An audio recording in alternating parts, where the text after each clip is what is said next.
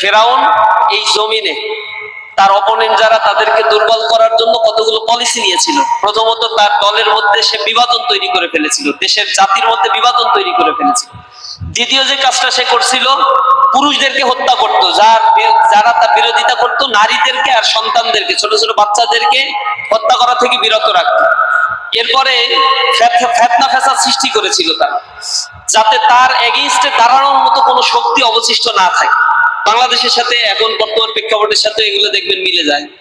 এরপরে আল্লাহ রাব্বুল আলামিন বলছেন ওয়া নুরিদু আন নামুন্না আলাল্লাযীনা ইসতুযইফু ফিল আরদ, আর আমি চেয়েছিলাম যাদেরকে এই জমিনে দুর্বল করে রাখা হয়েছে তাদেরকে এই জমিনে ওয়ানাজআলাহুম আইম্মাতাও ওয়ানাজআলাহুমুল ওয়ারিসিন, এখানের আইম্মা নেতা বানাতে, আর তাদেরকে আমি ওয়ারিস উত্তরাধিকারী বানাতে চেয়েছিলাম।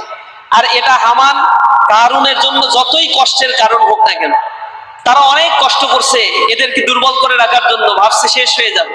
তা আমাদের উপরে যে জুলুম নির্যাতন চালানো হয়েছে, আমরা বলি 2009 সালে আমি ছাত্র শিবিরের সদস্য শপথ গ্রহণ করি।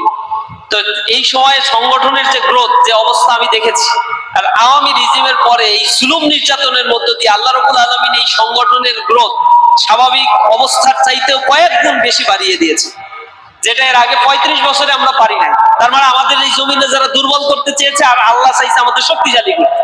এমন শক্তিশালী করছে, ঢাকা বিশ্ববিদ্যালয়ের ইতিহাসে শতবর্ষী একটা বিশ্ববিদ্যালয়, 125 বছর প্রায় এর বয়স, 125 বছরের হিস্ট্রিতে ইসলামী ছাত্র শিবির এই 25 সালে জুলাই পরবর্তী অভ্যুত্থানে এই বিশ্ববিদ্যালয়ে ল্যান্ডস্লাইড ভিক্টরি আল্লাহ রাব্বুল আলামিন আমাদেরকে দান করেছে।